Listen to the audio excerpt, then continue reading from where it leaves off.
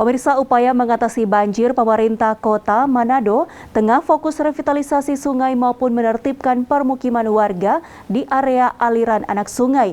Salah satunya di Kelurahan Karombasan Utara, petugas harus membongkar bangunan rumah warga yang berdiri di atas aliran sungai.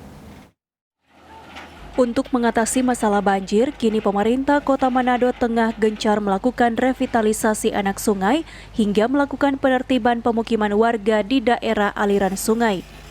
Salah satunya penertiban dilakukan di Kelurahan Karombasan Utara, Kecamatan Wanea, Kota Manado pada Kamis 14 Oktober.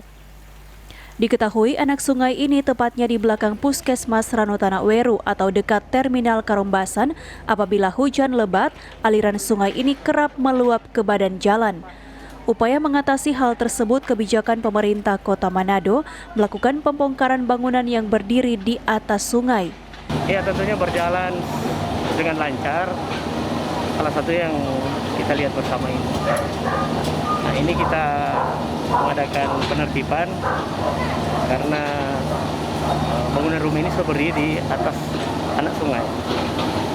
Walaupun memang kalau garis sepadan sungai kan 3 meter dari ini, apalagi yang sudah berdiri di atas anak sungai.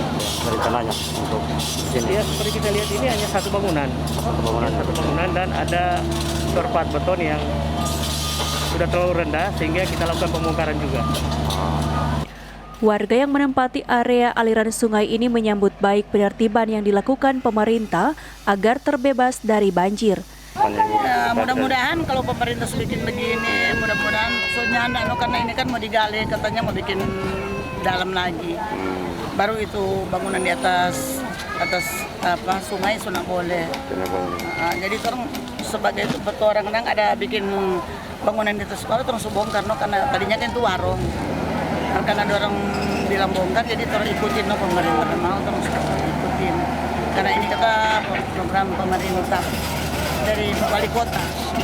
Diketahui terdapat 30 titik lokasi anak sungai yang menjadi fokus pemerintah dalam mengatasi masalah banjir di Kota Manado.